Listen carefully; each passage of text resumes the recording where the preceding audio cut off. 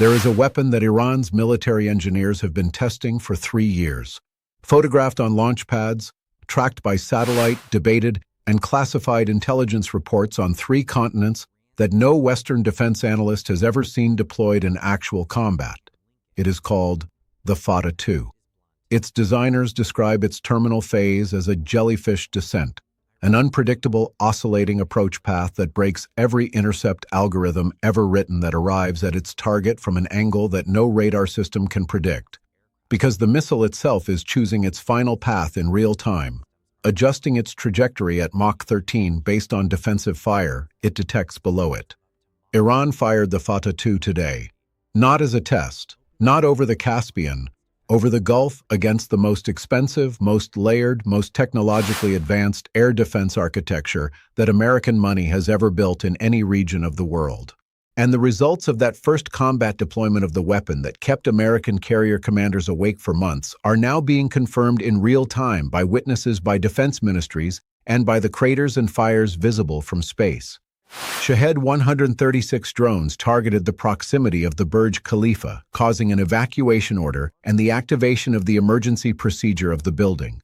The UAE said that it had intercepted a new wave of Iranian missiles and that fragments from the interceptions had fallen in Abu Dhabi and Dubai. Residential areas of Dubai in the proximity of the Dubai Marina and the Dubai Palm were hit by strikes, setting the Fairmont the Palm Hotel on fire, causing 4 injuries. The Fairmont Palm on fire. The Burj Khalifa, the tallest structure in human history, the symbol of everything.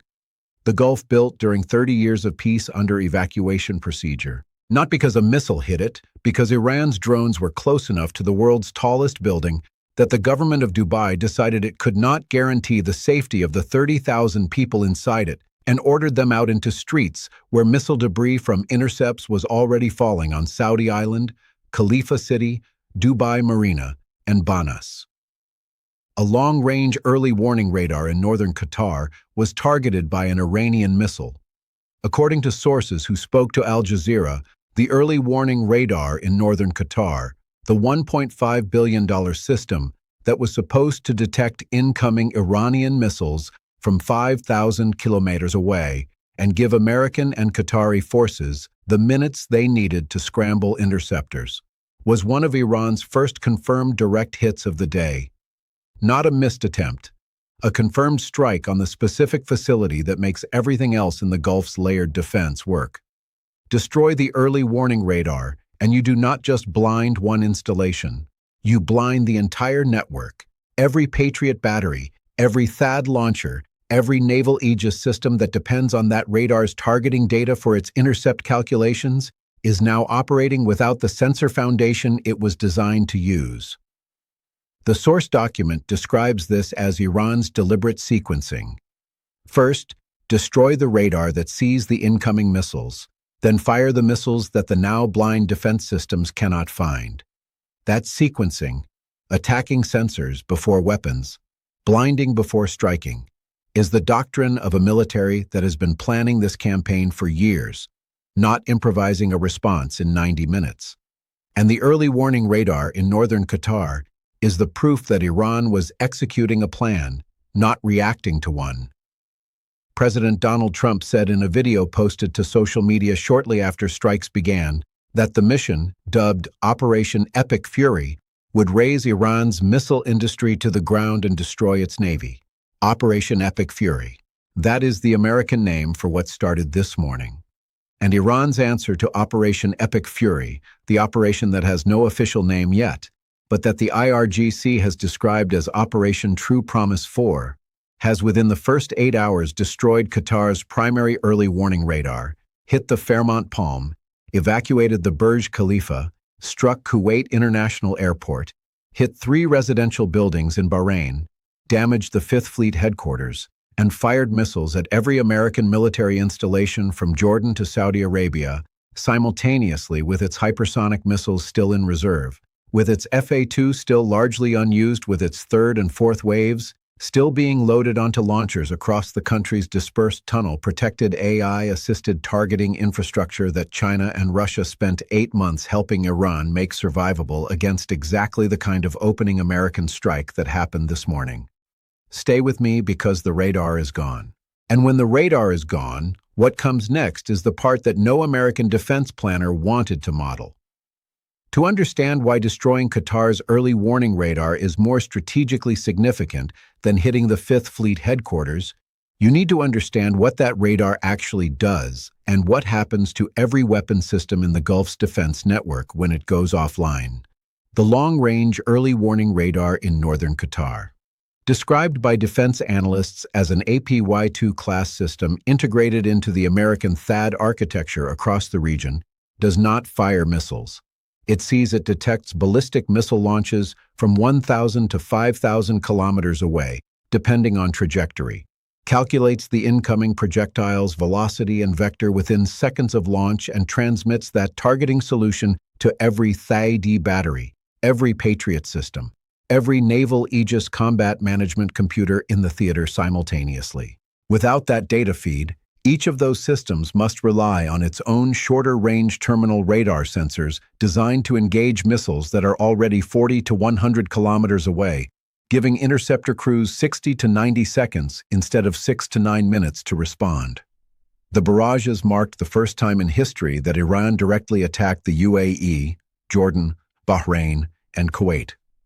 It was a clear shift from the previous 12-day conflict between the United States, Israel, and Iran in June 2025, when Iran telegraphed a hit on the Al Udeid airbase in Doha hours in advance. That allowed Qatar and the U.S. military to knock down its missiles and for life to return to normal a few hours later. Hours of advance notice in June 2025. No notice this time. That difference between an Iran that telegraphed its strike to preserve the diplomatic channel and an Iran that has decided the diplomatic channel is permanently closed is the difference between a contained 12-day war and what is unfolding right now. The missiles that hit Kuwait's airport terminal today arrived without the warning that allowed Kuwait to position its interceptors optimally in June 2025. The drones that set the Fairmont Palm on fire came from a direction that the blinded Qatar radar could not provide data on. The sequencing is not accidental. According to sources in the Iranian government, a girls' elementary school was directly targeted in the Israeli and American attacks on Manab City. Based on the special governor of Manab City, in the Israeli missile attack on a girls' elementary school in the city, 64 students have been killed and 92 students have been injured. Later reports stated 85 students were killed in Manab. 85 girls killed in an elementary school in Manab, a provincial port city in southern Iran's Hormuz province that has no nuclear facility, no IRGC command center, no weapon storage site that any published targeting doctrine identifies as a legitimate military objective. The source document described 80 girls killed at a school in Iran, a number that is now confirmed as 85, with 92 more injured in a single Israeli strike on a single building full of children on a Saturday morning when they were at school, because Saturday is a regular school day in Iran. The Iranian Red Crescent said that more than 200 people have been killed and roughly 700 others have been injured following the attacks. 200 dead, 700 injured. In the first 8 hours of Operation Epic Fury, before Iran has deployed its hypersonic weapons, before the Strait of Hormuz closure that Gulf vessels have already been warned about, before Hezbollah has made its decision, before the Houthis have fully resumed Red Sea operations, before the second wave of American and Israeli strikes that the IDF announced it has already begun in central Iran. Iranian missile and drone attacks struck the headquarters of U.S. naval forces, Central Command, and residential buildings elsewhere in the island nation. As part of attacks that have continued for more than 9 hours, multiple explosions rocked the capital of Manama as air raid warning sirens blared and armored vehicles convoyed along roads. Military personnel were directed in alerts Saturday night to evacuate sections of the capital city of Manama and to leave any high-rise apartments for safer ground below. 9 hours. 9 hours of continuous strikes on the same city. Manama, Bahrain. With air raid sirens still going, armored vehicles still moving, American military personnel still being directed to evacuate high-rise apartments 9 hours after the first missile landed. This is not a retaliatory strike. This is a sustained military operation against American infrastructure executed in waves against a defense system whose primary early warning sensor was destroyed in the first hour of the campaign. The source document says something about what comes next that every investor, every airline, every government, and every person with money or family anywhere in the Gulf needs to understand right now. Iran has not yet used its most dangerous weapons. The Patriot, the Thaid, the Arrow, they have been firing against ballistic missiles and Shahed drones.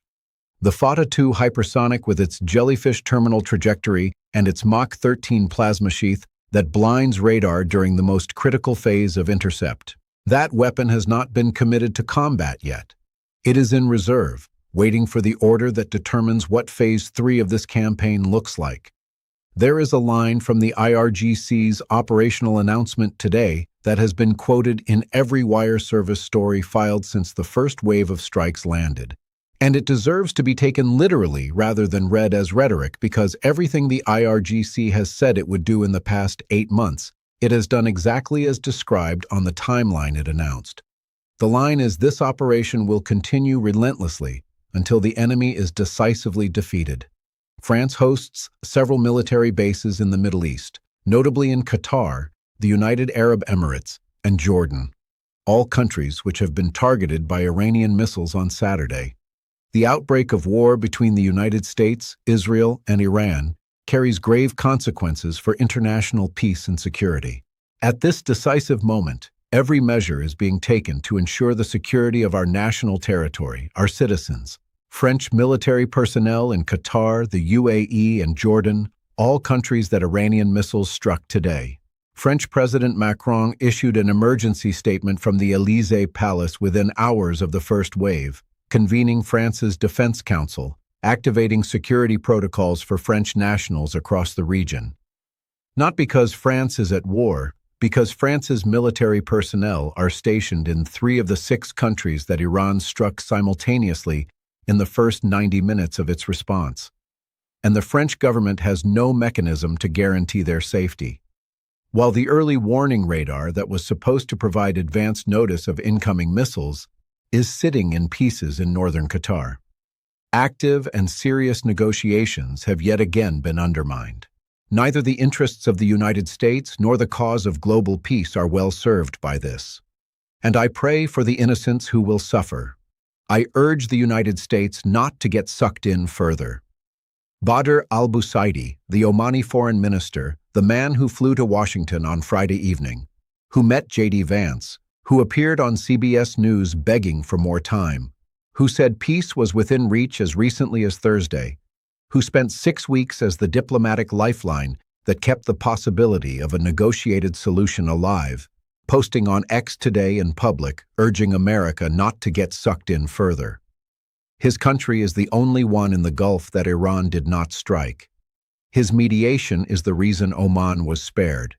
And his public message to America, not to get sucked in further, is the clearest possible signal that the man who knew the most about where negotiations actually stood believes that what has begun today cannot be contained through the channels he was operating. Furthermore, the Houthis announced that they would resume attacks in the Red Sea. The Red Sea is reopening as a conflict zone.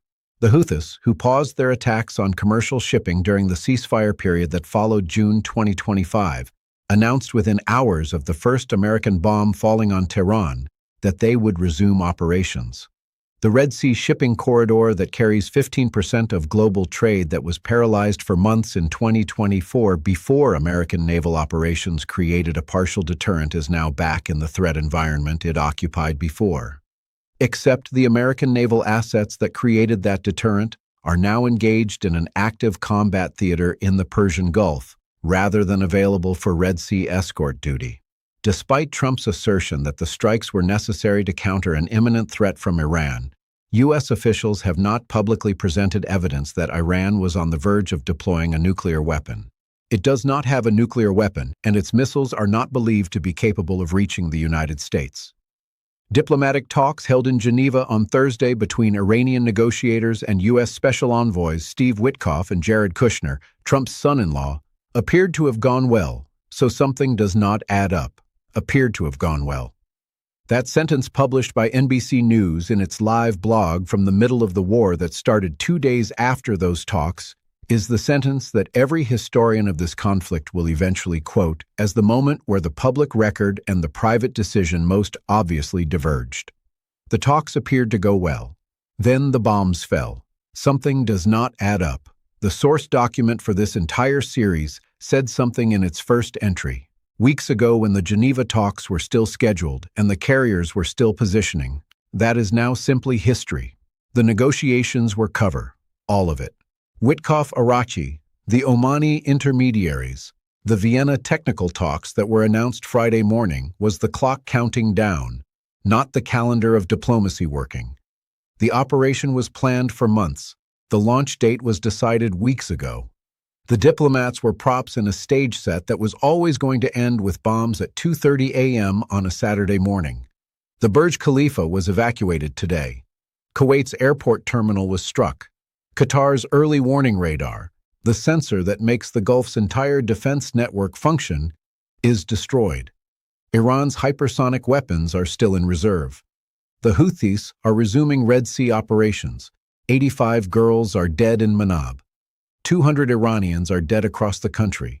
The Strait of Hormuz has received its closure warning, and Iran's IRGC says the operation will continue relentlessly until the enemy is decisively defeated.